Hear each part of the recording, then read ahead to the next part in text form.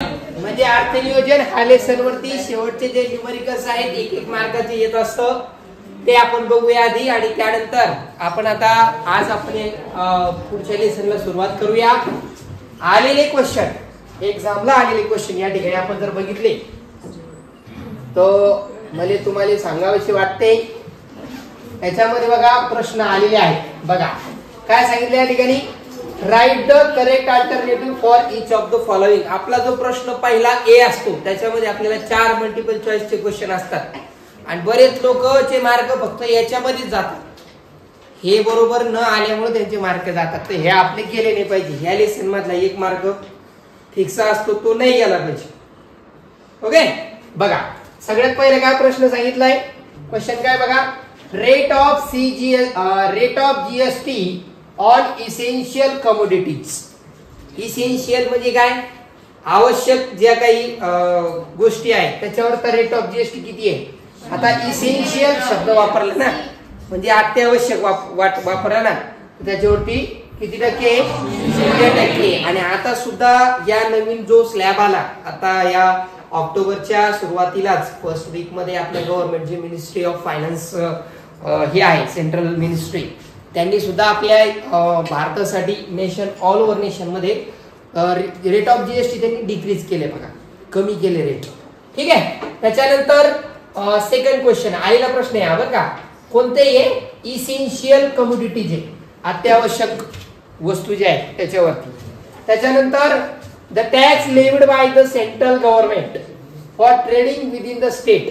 स्टेटच्या आतमध्ये central government जो टॅक्स लागतो त्याला कोणता टॅक्स आहे, टॅक्स म्हणजे कोणती, जीएसटी.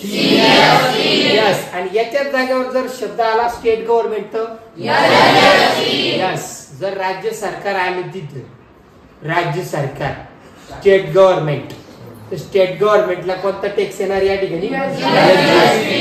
जर का समजा ती केंद्र शासित प्रदेश असेल तर युनियन टेरिटरी असेल यूटीजीएस. बरोबर. एका स्टेट मधून दुसऱ्या स्टेट मध्ये जात असताना जो दुसरा स्टेट आहे तो जो लावतो तो कोणता टॅक्स आहे, मग IGST. Yes. Inter state GST आहे. इंटर स्टेट आंतरराज्यीय, जसं आंतर शालेय स्पर्धा, आंतर तालुका स्पर्धा, आंतर जिल्हा स्पर्धा, जिल्हा अंतर्गत स्पर्धा आहे की नाही. तर या ठिकाणी तुम्हाला एका याच्यावरच वेगवेगळे प्रश्न तयार होतात. आता याच्यामध्ये याच्यासारखे जर प्रश्न तयार करायला सांगितले तर इसेन्शियल कम्युनिटी सारखा आणखी दुसरे semi luxury, luxurious. Semi luxury मध्ये मला वाटतं 12% हा ते इकॉनॉमी क्लास आहे. आणि जर इकॉनॉमी क्लास पेक्षा हाय जर आलं तर त्याला 18% लक्झरी क्लास. ठीक नाही. त्याच्यानंतर 5% कोणतं आहे, पॅकेजिंग फूड मटेरियल आहे, हॉटेल सर्व्हिसेस आहे, त्याच्यावरती आपल्याला 5% जीएसटी लागतो. तर अशी एका क्वेश्चन वरती आपल्याला बाकीचे क्वेश्चन तयार करता येऊ शकतात. ठीक आहे. त्याच्यानंतर GST system was introduce in our country from 1717. बरोबर आहे की नाही. 1717 मराठीमध्ये 1 जुलै 2017. सर 1/7 कसं, 7वा महिना जुलैचा असतो. ठीक आहे. म्हणून 1 जुलै 2017. ठीक आहे. त्याच्यानंतर the rate of GST was on stainless steel utensil is 18%. आता स्टेनलेस स्टील याच्या शब्दाशी काही घेतले नाहीये. जीएसटीचा रेट 18%, तर एसजीएसटी किती असेल, 9%. तेवढंच असतं. पण जर हे जर सीजीएसटी असतं तर मग एसजीएसटी तेवढंच असतं. बरोबर. किंवा हे जर एसजीएसटी असतं तर सीजीएसटी तेवढंच असतं. पण विचारलं काय ते उलट विचारते कधी कधी. ते काय म्हणते की सीजीएसटी 18%, मग हे जीएसटी किती असेल, सीजीएसटी 9%, एसजीएसटी किती असेल 9% आणि जीएसटी किती असेल 18%. बाकी जाऊया. In the format of GST ना जीएसटी आयडेंटिफिकेशन नंबर, जीएसटी ओळख क्रमांक किती अंकी असतो बाबा, 15 असतो. बरोबर आहे. त्याच्या आतमध्ये जर जायचं झालं तर पहिले 2 अंक हे त्या राज्याचे कोड असतात. बाकी नंतर जो ओनर आहे त्याचा पॅन नंबर असतो, आणि नंतर फक्त 3 डिजिट असतात. एक त्याच्या किती रजिस्ट्रेशन आहे त्याच्यासाठी असतो, एक बाय डिफॉल्ट असतो आणि एक चेक सम डिजिट असतो. बरोबर आहे का? When a registered dealer sells goods to another registered dealer under GST. एखादा डीलर आहे, तो डीलर आहे आणि तो दुसऱ्या रजिस्टर्ड डीलरला ज्यावेळी काय करतो, जीएसटी काय करतो त्या ठिकाणी देत असतो. या ठिकाणी ही जी ट्रेडिंग आहे ही कोणती ट्रेडिंग आहे, याच्यामध्ये कस्टमर आला का? नाही, बिझनेस टू बिझनेस आलेला आहे. म्हणून याला काय म्हणलेलं आहे, B2B म्हणलेलं आहे. ज्यावेळी एक दुकानदार आहे जो काय करतो, कस्टमरला विकतो, तर ते B2C आलं, बिझनेस टू कस्टमर. आता हे कोण आहे, डीलर. एक होलसेलर काय करू शकतो, रिटेलरला विकणार, किंवा प्रोड्युसर जो आहे, प्रोड्युसर काय करतो, त्याच्या होलसेलरला देणार. ते बिझनेस टू बिझनेस पार्ट येतो. आणि जर बिझनेस टू कस्टमर आलं, एखाद्या डीलरनं कस्टमरला विकलं, त्याच्या नावात ते B2C. हा फरक कळाला? नवीन टर्म वाटते थोडीशी. म्युच्युअल हा शब्दच थोडासा कसा आहे, वेगळा आहे. आपण फेसबुकला गेल्यानंतर फेसबुकला काही फ्रेंड असतात, म्युच्युअल फ्रेंड. तसं याच्यामध्ये म्युच्युअल फंड आहे. म्युच्युअल फंड म्हणजे काय असतं, एक ऍसेट मॅनेजमेंट कंपनी असते, ज्याच्यामध्ये ज्या लोकांना डायरेक्ट शेअर मार्केटमध्ये इन्व्हेस्टमेंट करायला जमत नाही, ते डायरेक्ट शेअर्स मध्ये इन्व्हेस्ट करू शकत नाही, किंवा ज्या ज्या वेगवेगळ्या ऑप्शन्स आहेत इन्व्हेस्टमेंटच्या, गुंतवणुकीच्या, तर त्या गुंतवणूकमध्ये आता वेगवेगळे सेक्टर आहे. ऑटोमोबाईल सेक्टर आहे, बँकिंग आहे, फार्मसी आहे, मेडिसिन आहे की नाही. त्याच्यानंतर IT फील्ड आहे, किंवा टेलिकम्युनिकेशन आहे, किंवा त्याच्यानंतर आपल्या सोलार आहे, सोलार पॉवर. हे असे वेगवेगळे जे सेक्टर आहेत, ह्या फील्डमध्ये जर आपण डायरेक्ट इन्व्हेस्टमेंट करू शकत नसल, आपल्याला त्या फील्डचं नॉलेज नसल, तर अशा वेळी काय करावं लागतं, काही ऍसेट मॅनेजमेंट कंपनी असतात. काय असतं ते, asset management company, AMC, asset management company. त्याचा एक मॅनेजर असतो, फंड मॅनेजर. तो काय करतो, आपल्यासारखे आता आपल्या क्लासमध्ये जेवढे विद्यार्थी आहेत, ह्या सगळ्यांना काय आहे, सगळ्यांनाच पैसे शेअर्स मध्ये गुंतवणूक करता येत नाही. बऱ्याच वेळा आपल्याला त्याचं बरेच बेसिक नॉलेज माहिती नसतं, किंवा आपल्याकडे वेळ नसतो एवढा. खरं म्हणजे तुम्हाला एक गोष्ट सांगतो, आयुष्यामध्ये सगळ्यात जास्त महत्व काय द्यायचं, तर वेळेला द्यायचं. सगळ्यात महत्वाचं काय माहिती का आपल्या आयुष्यामध्ये, वेळ आहे. Very important. Come to the point. तर म्युच्युअल फंड मध्ये फंड मॅनेजर असतात, ते काय करतात, आपण ठरवलेल्या सेक्टर मध्ये त्यांचे जे फंड असतात, आपण त्या फंड मध्ये काय करतो, गुंतवणूक करतो. तर त्यांच्या फंड मध्ये सुद्धा शेअर असतो. त्यांच्या फंडचा पण काय असतो, एक शेअर असतो. आणि त्या शेअरची किंमतला शब्द दिलेला आहे NAV. त्याचा शब्दाचा अर्थ आहे नेट ऍसेट व्हॅल्यू.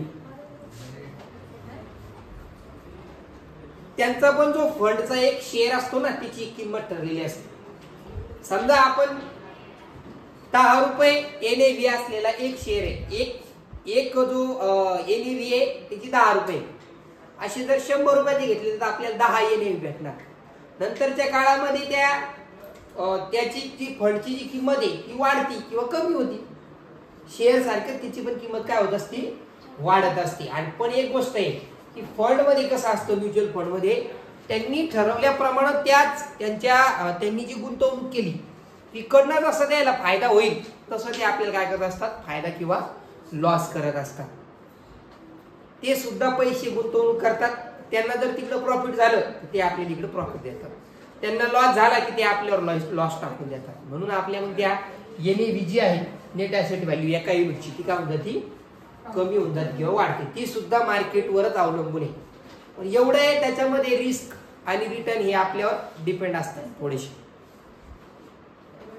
पण शेअर्स मध्ये कसं असतं, वाढलं तर पूर्ववर जाऊ शकतं, नाही तर मग खाली येऊ शकतं. शेअरचं रिस्क आणि रिवॉर्ड आपल्याला माहितीच नसतं नेमकं काय. पण फंडचं कसं असतं, तिथं लिमिटेड रिस्क असते आणि लिमिटेड रिटर्न लिमिटेड असतात, ठरवलेले तेवढ्या प्रमाणात असतात, 10%, 12%, 15%, है की नाही. हा म्युच्युअल फंडचा बेनिफिट आहे की तिथं आपल्याला समजा आपल्याकडे वेळ नसेल, आपण वेळ नसेल तर आपण वेळ नसल्यानंतर अशी इन्व्हेस्टमेंट करू शकतो. खूप मोठे वेगवेगळे वेज आहेत इन्व्हेस्टमेंटचे. सगळ्यात अगोदर आपल्याला 1 रुपया का होणार बचतीची सवय लागली पाहिजे. आपण किती दिवस काम करायचं पैशासाठी आणि किती दिवसानंतर आपल्याला फायनान्शियली फ्री व्हायचं हे आपण आज ठरवलं पाहिजे.